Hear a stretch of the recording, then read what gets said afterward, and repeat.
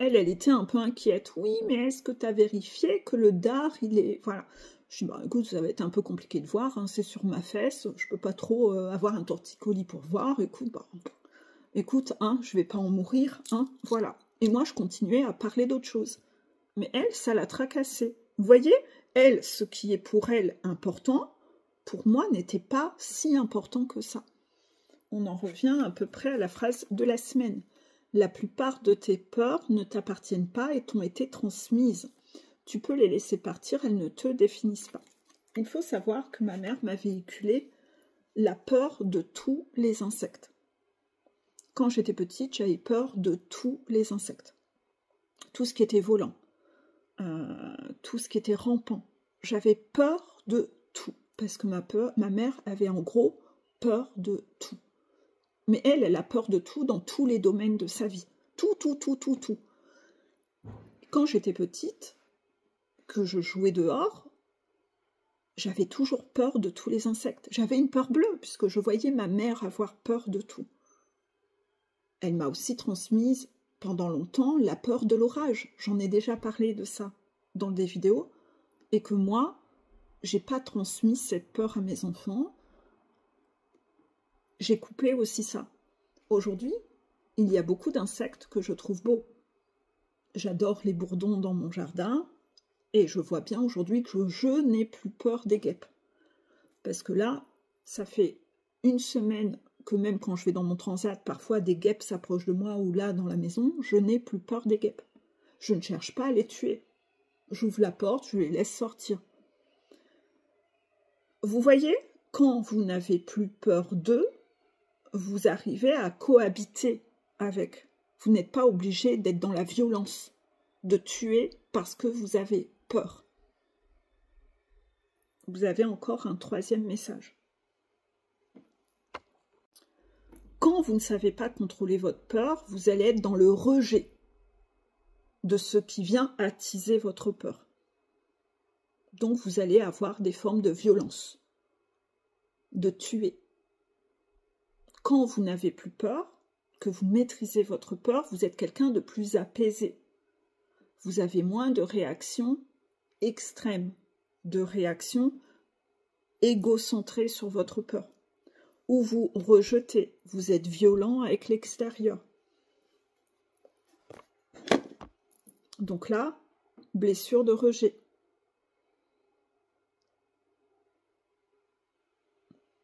La gestion émotionnelle, votre peur ne prend plus toute la place.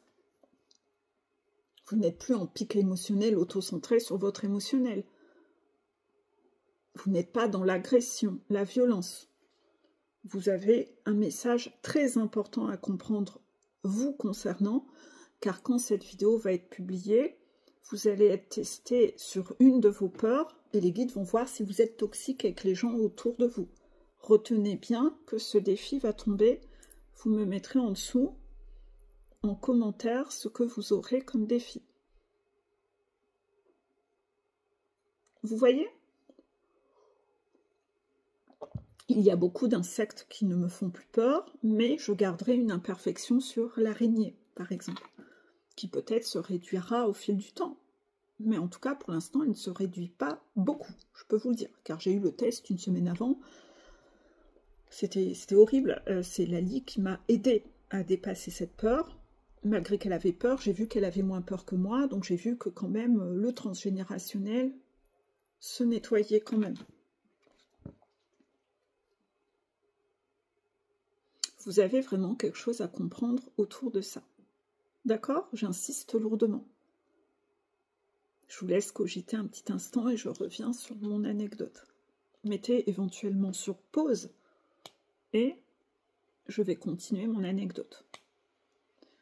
Ma mère était tellement tracassée parce que pour elle, c'est vrai qu'elle est très douillette comparée à moi. Elle n'aime pas l'inconfort, c'est souvent comme ça, les gens qui ne savent pas gérer l'émotionnel, ils ne supportent pas l'inconfort, ils ne veulent vivre aucun inconfort. Et ils sont en réaction pique émotionnelle quand ils vivent un inconfort. Une heure après, elle me rappelait. Elle avait été faire des recherches sur quoi faire pour apaiser une piqûre de guêpe. Moi, je pensais qu'elle m'appelait pour un truc urgent. Non, que pour ça. Je lui ai dit, mais ça va, hein? Bah, ça te fait pas mal? Bah, si, ça me fait mal, mais je sais supporter la douleur. Ça va passer. Et ben, pour elle, c'était inconcevable. Vous voyez, les priorités sont pas les mêmes. Au final, moi, la souffrance, parfois, j'arrive mieux à gérer, beaucoup moins qu'avant quand même, parce qu'avant, j'étais vraiment limite coupée de ça, et je vous ai déjà dit, hein, je suis restée 2 semaines avec un poignet cassé, et je montais mes courses 2 étages, vraiment débile, la fille. Aujourd'hui, j'ai réglé mon masochisme, et je ne veux plus souffrir inutilement. Il y a des souffrances comme ça, inutiles, qu'il est bien de ne pas s'imposer quand même. Moi, j'ai été quand même un peu trop dans certains extrêmes. Mais, aujourd'hui, je ne veux plus être maso comme ça. Mais il y a quand même un minimum, c'est qu'une piqûre de guêpe, on va pas mourir d'une piqûre de guêpe. D'accord? Donc, j'ai su supporter cette piqûre de guêpe, mais après, elle a viré en démangeaison. Donc, je me suis dit, ah, voilà, j'ai le défi démangeaison aussi. Donc oui, la piqûre de guêpe qui démange pendant 5 jours, c'est quand même assez surprenant. Voilà. Mais j'ai pas... j'ai tenu bon. J'ai tenu bon. Et, bah là, ça y est, la piqûre, elle est presque partie. 1 semaine après, elle est presque partie. Et, non, mais parce qu'ils y ont mis le paquet, hein, ils ont mis vraiment le gros bazar. Voilà. Voilà. Je ne vous en ai même pas parlé, non, parce que pour moi, c'était insignifiant. Mais les guides voulaient que je vous en parle depuis ce matin. Là, depuis que je voulais tourner la vidéo, j'avais toutes les guêpes qui étaient même rentrées dans la maison alors qu'elles ne rentrent pas d'habitude. Et là, elles étaient rentrées dans la maison. Bon, j'ai compris qu'il fallait que je vous parle des guêpes. Voilà. Et de ce sketch. Inévitablement, si vous tenez des discours, etc., vous allez voir aussi des défis comme ça. Et ça va vous permettre aussi, parfois, observer avec vos parents comment vous avez évolué et cassé du transgénérationnel par rapport à vos parents en faisant autrement. J'ai eu d'autres défis, plutôt axés sur ce que l'on pense des gens qui divorcent ou des gens qui se remettent en couple après un deuil. C'est-à-dire, par exemple, quelqu'un qui a fait sa vie avec quelqu'un, cette personne est décédée, a eu un cancer, et puis après s'est remis en couple avec quelqu'un. Dans tout ça, il y a des croyances et des idéologies que ma mère a, et je l'ai entendu juger des personnes qui étaient dans ces contextes-là. Je ne suis pas du tout en phase, je ne suis pas rentrée dans ce jeu-là, et j'ai dit ô combien je n'étais pas d'accord avec ça, et j'ai expliqué le pourquoi. Donc peut-être que vous aurez aussi des défis sur tout ça, parce que vous devez aussi, sans chercher à changer l'autre, vous devez aussi confronter les gens qui ont des discours pas OK. Sinon, vous devenez aussi un facilitateur. Il y a des gens qui ont des discours pas OK, qui sont toxiques, qui prennent trop de place dans la vie des autres, où on véhicule des croyances rigides. Et si vous n'êtes pas d'accord avec ces gens-là, vous avez quand même le droit de ne pas être d'accord. On ne vous demande pas spécialement de chercher à les changer, mais c'est un peu de les confronter à un autre angle de vue, de montrer que vous n'êtes pas d'accord. Pourquoi? Parce que parfois, dans ces gens-là, il y a des personnes qui veulent se mettre en valeur en prenant beaucoup de place et qui... je suis en train de comprendre pourquoi cette vidéo. Ça va être une vidéo authenticité, d'accord. Authenticité 2 pour le mois d'août, vu que je serai en vacances, d'accord. Vous allez devoir, voilà, être authentique et oser montrer. Donc, dans le cas 1, je pense que c'est cette authenticité de ne pas chercher à dire que vous êtes si vous n'êtes pas. Donc, moi, j'incarne les discours que j'ai. Les guides l'ont vu, que c'est vraiment de l'authenticité, c'est pas de la séduction, voilà. Et dans le défi, là, numéro 2, ben, je suis pas du tout en phase. Plutôt que de vouloir être aimée de ma mère ou avoir l'air de la petite fille parfaite devant mon père, qui était là aussi, et mes enfants, ben j'ai préféré, enfin, j'ai même pas cherché, c'est sorti spontanément, puisque je suis ainsi. Je n'ai pas été dans la séduction, dans la loyauté du clan familial, j'ai montré que je n'étais pas du tout d'accord avec cette vision.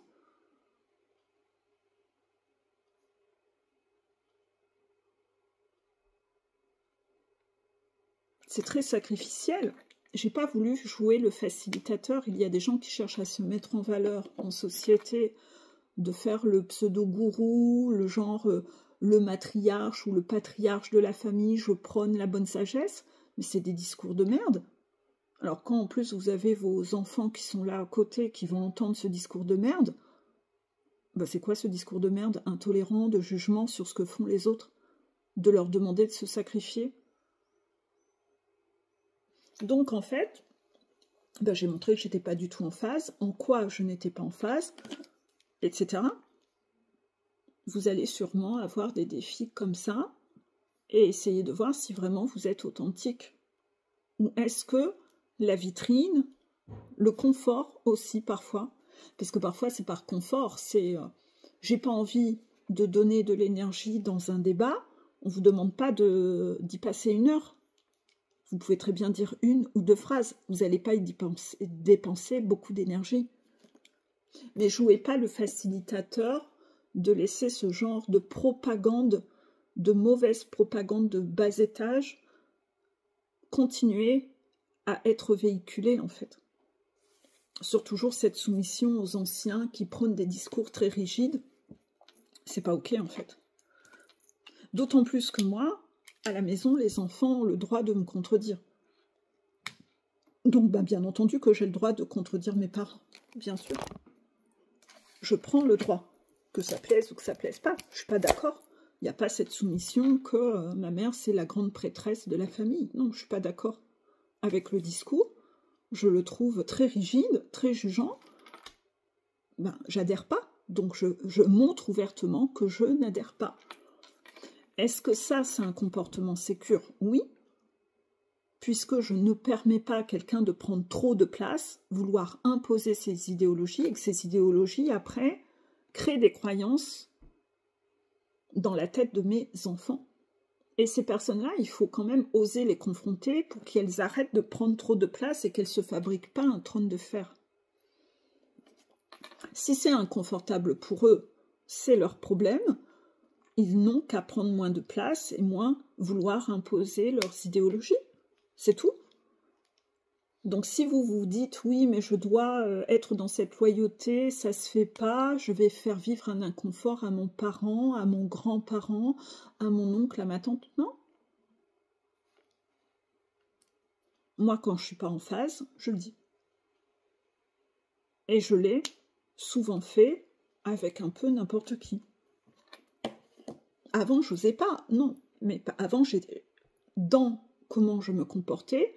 Finalement, je faisais partie des facilitateurs qui facilitaient à ces gens qui prennent beaucoup de place à véhiculer leurs croyances et faire leur propagande comme des Hitler, en fait. Non, moi, aujourd'hui, ben, je montre que je ne suis pas d'accord. Et souvent, c'est inconfortable pour ces gens-là, parce que ces gens le font dans le but de se donner en spectacle et de se montrer important. Donc, inévitablement, c'est inconfortable d'être contredit publiquement. C'est pas mon problème. C'est pas mon problème, mais en tout cas, je ne serai plus un facilitateur de ces gens-là. J'ai été lâche la plupart du temps dans ma vie à pas vouloir vivre de conflits, à vouloir être zen, toujours dans ma bulle positive, et tout ce qui était négatif comme ça, ben finalement, j'ai joué le facilitateur parce que je voulais toujours être dans une énergie de sérénité et de joie.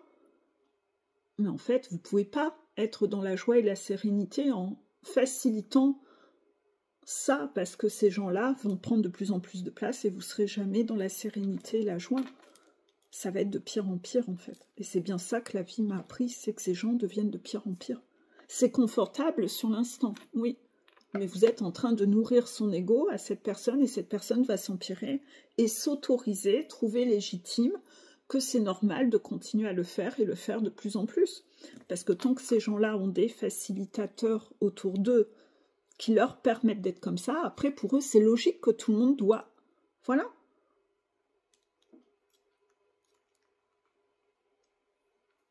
Moi j'ai connu un mec où son père était un pervers narcissique grandiose et sa mère très soumise à lui. Et parfois il faisait des crises où ce qu'il attendait de moi, c'est que je fasse la même chose que sa mère. C'est-à-dire, pourquoi tu me contredis? Tu dois pas me contredire dans ces moments-là, tu dois faire comme ma mère fait avec mon père, c'est-à-dire l'apaiser et aller dans son sens et dire qu'il a raison. Sinon, je vais m'énerver encore plus, comme lui, c'est normal. Va dans mon sens et je m'apaiserai. Ben non, si je suis pas en face, je vais pas aller dans ton sens, en fait, mais tu vas devenir de plus en plus névrosé. Je dis, mais c'est hors de question. N'attends pas ça de moi, mais tu me prends pour qui, là? Tes parents sont dysfonctionnels, n'attends pas de moi que je reproduise le même schéma. Pas question. Ce qui fait que, inévitablement, cette personne, comme je l'ai confrontée, au lieu de augmenter sa toxicité comme son père a fait, cette personne a réduit sa toxicité. Et ça a été justement l'inverse. C'est toujours un peu ce qu'explique Jean-Charles Bouchon, en plus dans son livre « Les violences invisibles », c'est que quand vous avez quelqu'un qui vous confronte parfois en face, ça vous oblige à être, mais pas à être toxique dans la violence, ça vous oblige à être, à incarner votre personne, mais de façon plus lumineuse, à vous poser des questions, à faire autrement, parce que quand vous êtes dépendant de l'extérieur et que c'est l'extérieur qui devrait vous apaiser, vous n'êtes pas dans l'être. Vous incarnez pas réellement votre personne. Donc en fait, il faut surtout pas faciliter cet inconfort aux gens, il faut les laisser accepter de vivre cet inconfort, ne pas être sucre d'orge et être impulsif, parce que sinon, ils vont toujours de plus en plus déborder, ils ne vont jamais, eux, incarner leur être, ils vont toujours être exigeants envers l'extérieur, que l'extérieur doit les nourrir, les apaiser, aller dans leur sens. Non, c'est pas ok en fait. J'ai tellement d'anecdotes de ce genre-là de ma vie à vous raconter, mais ça me reviendra au fil du temps, mais dans des vidéos. Mais vous voyez un peu? Donc vous allez avoir des défis autour de ça. Ça vous fait déjà pas mal de choses à comprendre, hein. N'empêche qu'en ce moment, on travaille beaucoup tout ce qui est clan familial. Là, au 16 juillet, dans les révisions 21, il y avait eu des vidéos, beaucoup de vidéos dans la playlist 21, jusqu'à la vidéo 8, c'est que des vidéos qui traitent un peu de croyances liées à la famille. Peut-être qu'il serait bon que vous preniez un bout de papier, que vous renotiez au moment où cette vidéo va sortir, d'aller revoir la playlist révision 21, peut-être d'aller regarder ces 8 premières vidéos de la playlist. Ça serait peut-être bon pour vous, parce que si vous les avez loupées, vous allez peut-être avoir des rattrapages de nouveau sur ces 8 vidéos.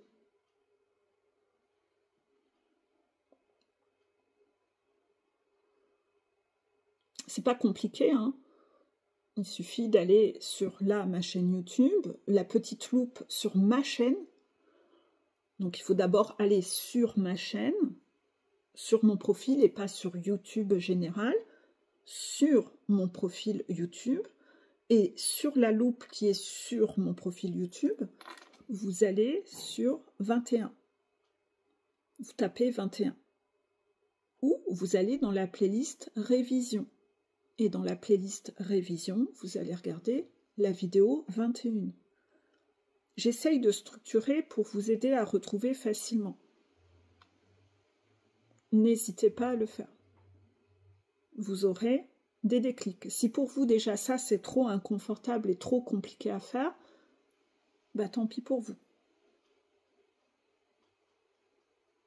vous devez être capable de remonter vos manches et de faire un peu d'effort quand même. Hein. Voilà.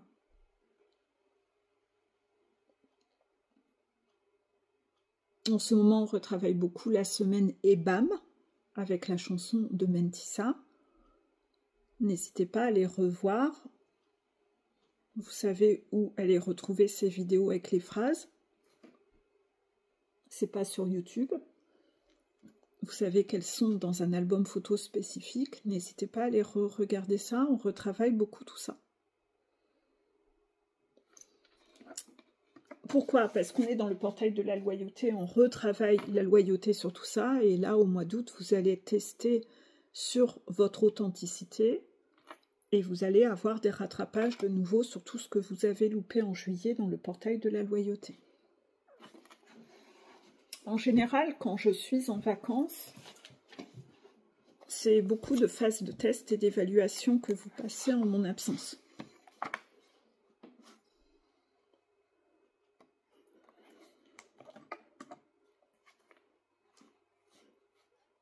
On va lire un petit extrait de livre. J'observe qu'exprimer notre besoin en le différenciant des attentes plus ou moins claires que nous avons vis-à-vis de l'autre, d'une part, nous ouvre à tout un potentiel de solutions parmi lesquelles il peut y avoir l'intervention de l'autre, mais pas uniquement. On est en plein là-dedans, même là pour chercher une vidéo. Il n'y a pas que mon intervention, vous êtes quand même capable d'aller taper sur le moteur de recherche et faire l'effort de chercher. Les guides vont voir si vous êtes volontaire ou si vous êtes en touriste et vous savez faire aucun effort. Donc je relis. J'observe qu'exprimer notre besoin en le différenciant des attentes plus ou moins claires que nous avons vis-à-vis de l'autre. Il faut bien faire la part des choses. On a un besoin, mais il faut faire la différence entre nos besoins et pas le transposer en attente vis-à-vis de l'autre, que ce soit l'autre qui vienne répondre à ce besoin. Il faut bien différencier les deux, d'accord? C'est-à-dire que par exemple, vous avez soif, vous pouvez très bien lever votre cul et aller vous servir un verre d'eau. Vous n'êtes pas obligé de demander à quelqu'un de vous amener un verre d'eau. Donc j'observe qu'exprimer notre besoin en le différenciant des attentes plus ou moins claires que nous avons vis-à-vis de l'autre, d'une part, nous ouvre à tout un potentiel de solutions parmi lesquelles il peut y avoir l'intervention de l'autre, mais pas uniquement. Non, vous devez participer à la réponse à votre besoin. C'est pas à l'autre de venir satisfaire votre besoin. Et ça, ben, si vous regardez bien par rapport à tout ce que j'ai expliqué dans cette vidéo, ça fait écho. Et d'autre part, garantit à l'autre son espace de liberté à lui. C'est-à-dire la possibilité de nous dire « Oui, j'entends ton besoin et en même temps, moi, j'ai un autre besoin. » Qu'allons-nous faire pour prendre soin des deux besoins et que le tien ne se fasse pas au détriment du mien, ni le mien au détriment du tien. Oui, pourquoi? Parce qu'on va en revenir au fait que quand vous vivez avec quelqu'un qui ne sait pas gérer son émotionnel, cette personne va prendre toute la place avec son besoin et vous allez presque devoir aller compenser son mal-être, et ça, c'est vraiment pas OK. C'est vraiment pas OK. C'est pas à vous d'aller compenser son mal-être. Parce que sinon, vos besoins à vous seront toujours mis après. Et moi, toute ma vie, ça a été ça.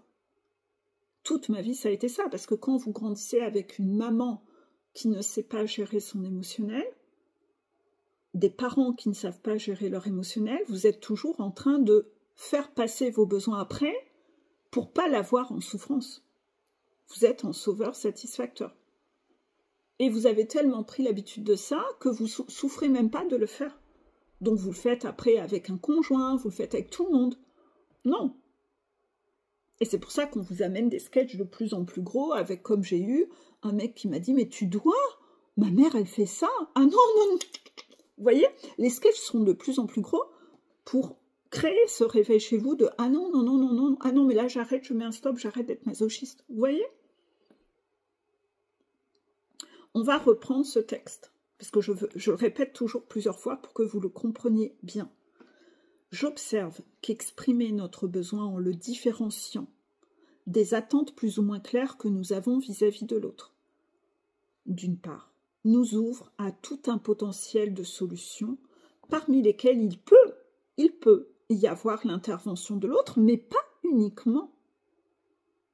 Et d'autre part, garantit à l'autre son espace de liberté, c'est-à-dire la possibilité de nous dire à nous, oui, j'entends ton besoin, mais en même temps, moi, j'ai un autre besoin. Qu'allons-nous donc faire pour prendre soin de nos deux besoins? Et que le tien ne se fasse pas au détriment du mien, c'est-à-dire qu'on ne se mette pas tous les deux à mettre toute l'énergie à satisfaire ton besoin à toi et que le mien soit pas respecté, et inversement, qu'on ne mette pas tous les deux toute notre énergie à répondre à mon besoin à moi et que le tien ne soit pas satisfait. Donc, qu'allons-nous donc faire pour prendre soin des deux et que le tien ne se fasse pas au détriment du mien, ni le mien au détriment du tien?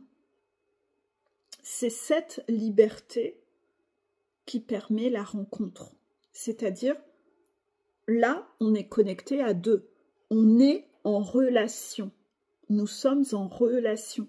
Et ça, cette rencontre et cette relation, c'est ce qui doit avoir lieu dans toute relation humaine, professionnelle, amicale, familiale, sentimentale, tout. Avec vos enfants, tout. C'est cette liberté qui permet la rencontre, c'est-à-dire on est d'égal à égal. Il n'y en a pas un qui doit être privilégié par rapport à l'autre, même s'il fait une crise parce que lui, il a décidé de faire des crises pour qu'à chaque fois, il passe en priorité. Non, ça, cette ingérence émotionnelle, ça ne prend pas en fait. Il faut prendre en compte les besoins des deux. Si dans la relation, il y en a un des deux qui ne veut jamais faire d'efforts, c'est qu'il ne peut pas y avoir de rencontre dans cette relation. Et ça, vous le voyez très rapidement, quand il y en a un qui veut prendre toute la place, qui veut faire de l'abus de pouvoir, qui ne veut pas donner de la place aux besoins de l'autre. Ça n'est pas possible, ça n'est pas OK. Et là, inévitablement, il faudra l'exprimer, faire remarquer de « mes besoins à moi sont jamais respectés », on met toujours de l'énergie dans tes besoins à toi, cela ne me convient plus. Cela ne me convient plus. Donc soit on corrige le tir maintenant, soit je vais mettre de la distance, car je ne peux pas m'épanouir dans cette relation.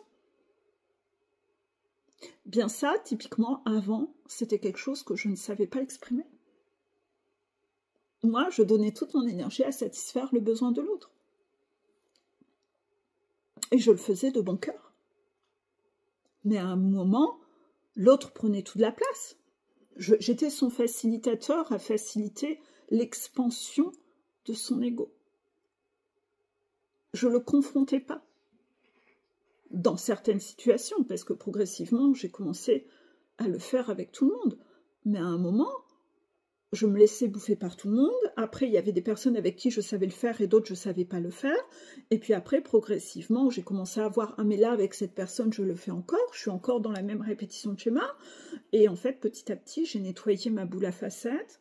Et aujourd'hui, je pense qu'on peut dire que je ne l'accepte plus de qui que ce soit. Oui, aujourd'hui, là-dessus, je suis vraiment guérie. J'essaie toujours d'aller retrouver l'équilibre, toujours. Et je sais exprimer les choses pour justement qu'on n'en vienne plus là. Mais avant, je me laissais bouffer toute crue, bien sûr. C'est pas parce que moi, je me suis laissée bouffer toute crue que vous devez vous dire et retranscrire votre vie comme moi, j'ai été. Ça, c'est important parce que rappelons que dans le portail de janvier, j'ai exprimé que moi, j'étais en manque de confiance. Vous êtes tous sortis de là en disant... Je m'auto-proclame avoir un manque de confiance, alors que pour la plupart, vous étiez en excès de confiance. Vous vous êtes approprié mon histoire parce qu'elle était bien confortable pour vous, pour votre image, d'aller tenir le même discours que moi en disant « moi je suis comme Peggy », alors que la plupart du temps, c'est vous le persécuteur qui prend trop de place et qui exigez des autres qu'ils répondent à vos attentes, qu'ils répondent à vos besoins. Et là, faites attention à ça, c'est pas parce que moi j'ai été dans ce cas de figure que vous devez imaginer que vous êtes identique à moi. Ne m'utilisez pas pour votre confort. N'utilisez pas mon histoire pour en faire la vôtre. Parce que le danger de ça, c'est que si vous faites ça, vous ne vous confrontez pas à l'inconfort, vous êtes vous-même votre facilitateur de votre propre ego, et vous allez de nouveau amplifier votre problème au lieu de le réduire. Vous allez amplifier votre toxicité au lieu de réduire votre toxicité. Et donc là, c'est sûr que vous n'allez pas du tout sur la bonne route. Vous n'êtes pas en train de monter la montagne, vous êtes en train de la descendre. Vous allez à la cave. Inévitablement, c'est un peu le danger des personnes qui se coachent tout seuls. C'est que les 3/4 du temps, ils vont choisir ce qui est confortable et se raconter l'histoire qui leur est confortable. Mais ils ne travaillent pas ce qu'ils ont à travailler. Et il y a des personnes qui ne veulent pas se lancer en coaching car ils ont peur d'être contredits. Parce qu'ils savent qu'ils ne vont pas gérer leur émotionnel. Mais vous allez devoir apprendre à le gérer. Donc, confrontez-vous à ça. Tôt ou tard, vous allez devoir le travailler. Soyez pas masochiste, gagnez du temps.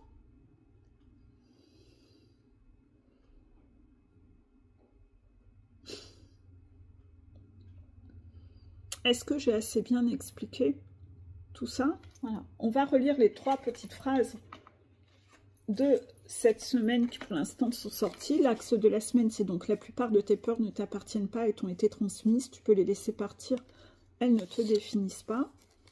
Donc c'est le transgénérationnel à couper. Deuxième carte, l'enfant qui a été puni pour avoir pleuré ou humilié publiquement pour avoir pleuré cachera ses larmes lorsqu'il sera adulte, lorsqu'il ressentira de la douleur. Il n'est pas pour autant insensible, il a seulement appris à cacher ce qu'il ressent. Oui, enfin bon, quand vous avez 40-50 ans, ça devient un peu pathétique. Contraction, vous voyez, de encore vous comporter parce que papa, maman m'a dit ça à 3 ou 4 ans, ou à 4 ou 5 ans.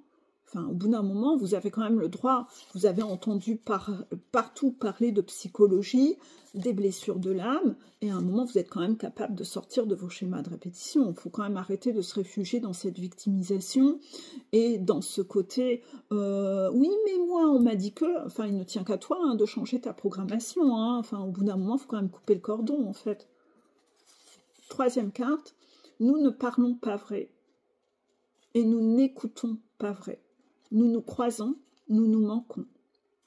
Ça, c'est une phrase de Thomas d'Azenbourg dans Cessez d'être gentil, soyez vrai. Non, vous ne parlez pas vrai, puisque les 3/4 du temps, vous n'êtes pas authentique, portail de l'authenticité.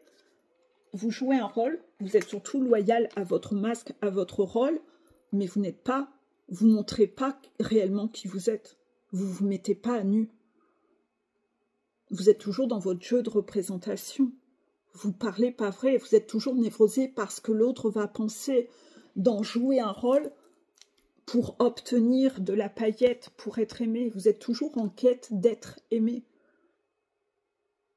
Et vous n'êtes pas vrai.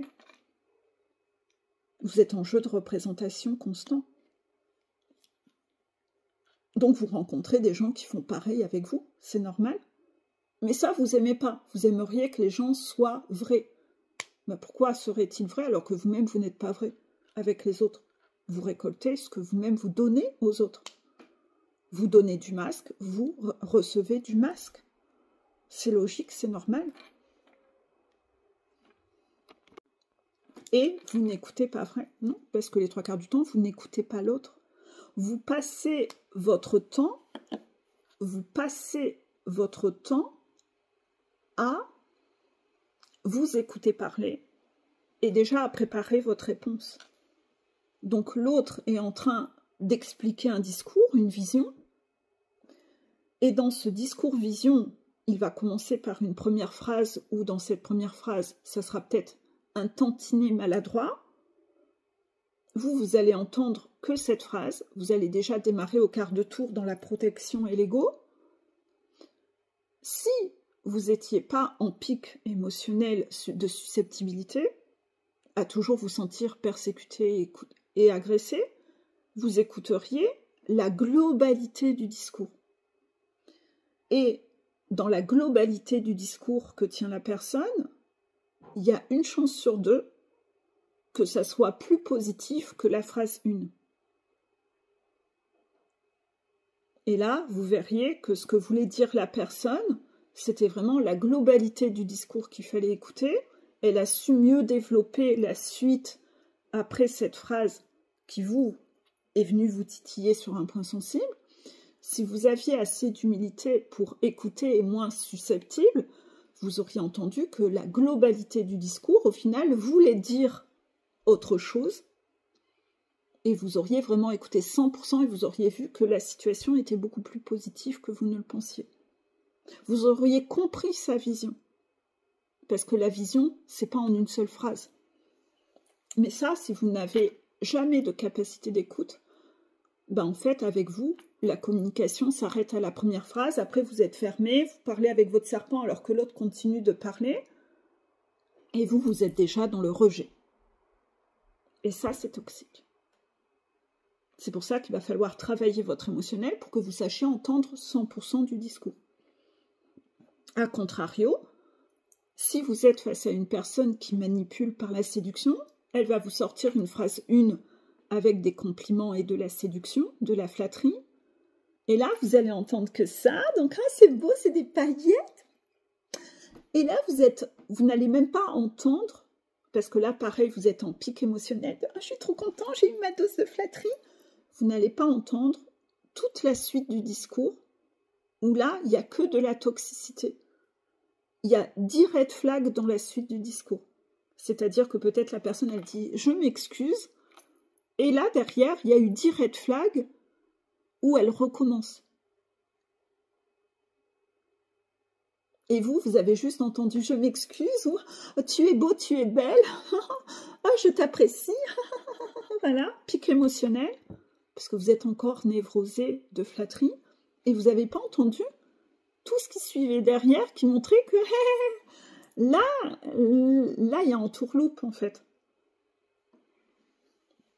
Donc inévitablement, l'écoute, c'est toujours votre sécurité première. Avoir une capacité d'écoute, avoir une capacité d'analyse cohérente de la globalité, être ancré, être en conscience, être présent à ce qui se passe, à ce que l'autre dit, à ce que l'autre fait, ça sera toujours votre sécurité première. Vous serez toujours insécure si vous ne travaillez pas tout ça. C'est pour ça que je vous fais travailler l'écoute, l'analyse cohérente. C'est pour que vous deveniez une sécurité pour vous. C'est pour ça que je vous fais travailler la gestion émotionnelle, c'est pour ça qu'on travaille les blessures de l'âme, parce que quand tu es en pic émotionnel, tu perds en capacité d'analyse. Tu perds en capacité d'écoute. Donc en fait, il faut aller travailler sur tout ça pour que tu deviennes ta sécurité et que tous les curseurs soient au bon endroit pour que tu sois stable et à même d'écouter et à même d'analyser. Donc inévitablement, il faut travailler aussi sur les émotions et la stabilité émotionnelle pour mieux savoir écouter et pour mieux savoir analyser. Est-ce que tu comprends mieux ma façon de travailler? Donc, si tu reprends mes vidéos depuis le début, tu verras que tout avait une logique, tout avait un but de nettoyer plein d'aspects de ta boule à facettes pour arriver à cet état serein.